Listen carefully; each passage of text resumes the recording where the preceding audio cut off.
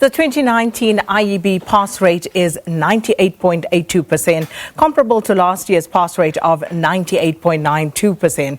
And all candidates who passed achieved a pass rate that is good enough to enter tertiary study. 11,818 full-time and 779 part-time candidates from 227 examination centers across Southern Africa wrote the exams. So to tell us more about this, I'm joined by Oberholzer, the Independent Examination Board's Chief Executive Officer. Anne, good morning. Thanks for coming through, and always a pleasure to see you. My pleasure entirely. So first and foremost, I mean, your reaction to the results. We ask you this every year, and every year, of course, it is a sterling job by the students, but your sentiments this year? Exactly the same. I think the students are conscious that they need to do well and work hard, and they've really done very, very well indeed this year. A slight drop from last year's class. So what do you attribute that to? Well, we've got a higher number of schools that have joined us that are writing Matric for the first time. Now, when you write for the first time, you're not really sure exactly what to expect. So I suspect it's just the settling down. I have no doubt that the schools will address the problems and we'll be back next year. And many people would still ask the question, you know, what is the recipe behind the success? You know, the success in education, no matter where you are, rests entirely with the teaching profession and obviously the learners who are prepared to work. Once you've got a dedicated teacher, you almost can manage without major resources of any sort, because the key is the ability of the teacher to get to the child, to motivate them, to understand where they're having difficulties and assist them to overcome whatever misunderstandings they might have.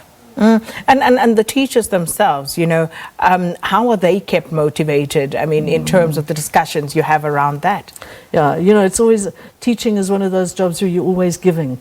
And you're giving and you're giving. So you also need to receive in turn. We run a number of conferences, we run workshop sessions with teachers to give them new ideas, to inspire them, to motivate them. And I think, you know, we live in a country where education, there's so much to be done that there's no shortage of opportunity to be inspired and to work hard and to see where we as teachers can do our best to improve. So we look at the IEB results, and at midnight we'll have the release of the National Senior Certificate Examination results. Yes. Very often we talk about, you know, the STEM subjects. We talk about the mathematics, science, you know, technology, those subjects, and the discrepancy that exists within the public education system and the private education system. Where do you think, you know, the problem lies for the public education system? Look, I mean, I think to try and compare the two systems is very, very difficult. I mean, you're looking at a system with a matric class of 12,000 against a matric class of nearly 800,000. So you are going to get a far different spread of opportunity and access and so on between the two systems. I think the state is doing a very good job in its efforts to improve the mathematics and science uptake.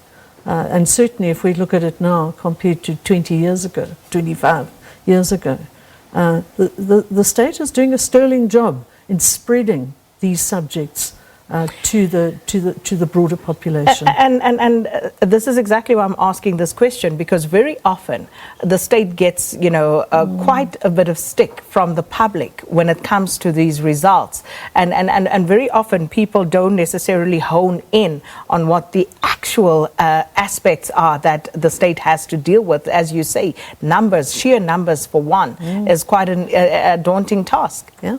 And there's a huge backlog for the state to overcome, and to expect us to recover from our history in 20 years to the point where everybody is doing maths and science is just unrealistic. No country in the world needs everybody to be mathematicians or scientists. We need people to be artists. We need drama people. We need teachers. We need teachers of those subjects, yes. We need electricians, we need plumbers, our economy doesn't rest only on academics, and it doesn't rest only on maths and science. So I think we have to recognise that the broader spectrum of needs in our countries extend beyond just the maths and science, and that in fact if we were focusing only on that, I mean, look at our Ndlovu youth choir. What a beautiful thing. These are talents in our country, and we need to expose them and show. And hone all of them. And show that we are a country of diversity and with skills that are great. Absolutely. And just talking about the IEB and, we're speaking of Southern Africa, not just South African students sitting for your exam. What exactly is it for those who don't quite understand it? Because in terms of the curriculum and also the examination that is written. Yes. Well, the IEB writes the National Senior Certificate, and the curriculum for the National Senior Certificate is the national curriculum.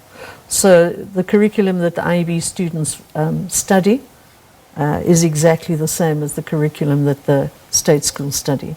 The examinations are different. The IEB sets its own examinations on that curriculum. We go through the same quality assurance processes that Umalusi has in place for the state as well as the IEB and any other board that might be writing. And so we're truly part of South Africa. Which is interesting. Same curriculum, you set your own exam though.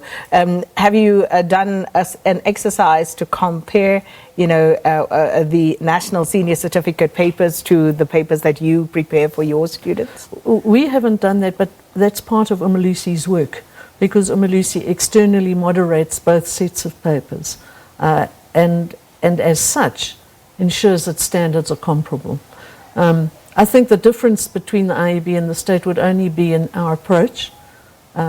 Which is what? How does it differ? Well, it differs insofar as that and I'm not saying the state doesn't do that, but we make a focused, conscious effort to focus on application of skills and knowledge, to probe understanding of concepts. It's not enough to just know the concept. You need to know the concept within its context, how it applies, what difference a particular context or other would affect a particular, perhaps scientific principle. So we try and focus on that side of the use of knowledge. And as I say, I'm not saying that isn't what happens in the state.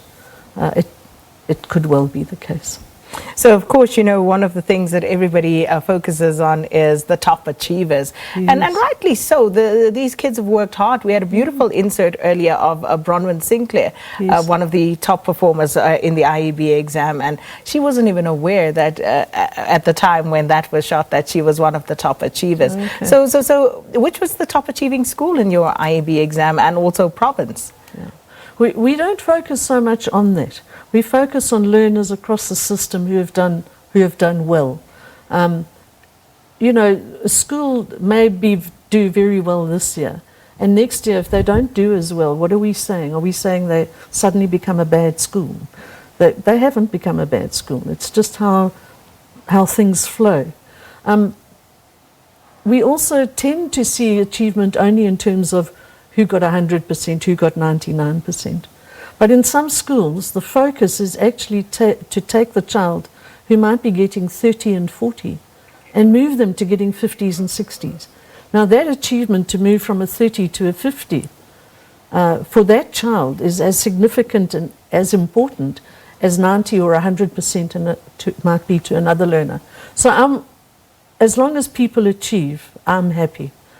Because if they've done the best they can, whatever results they get, so be it, and let them work from there. That's a beautiful approach and a very interesting one. And then, it really puts a different spin on how we actually view these results and the sort of pressures that are brought to bear, not just on the students, but on the schools and on the provinces as well. No, indeed. I think we forget that achievement is personal. No matter where the child is, it's the child who's achieved. Yes, it's with the help of the teachers, it's with the support of their parents and their community, but it's the child who needs to have the accolade. And just very briefly, just a final question. Are you seeing an increase in the number of students enrolling to private schools for the IEB exam? I think what we are seeing in South Africa is an increase in the number of students. I think one thing that our government has done very successfully is opened up almost 100% access in terms of children getting to school, and are concentrating on the throughput. So instead of learners dropping out at grade 7 or grade 9, they're staying through grade 10, grade 11, grade 12. So I think the independent school sector is growing in line with the education population. Well, and always a pleasure speaking to you, and we'll be speaking to some of the top achieving students as well later on. Oh, but thank wonderful. you so much for stopping by.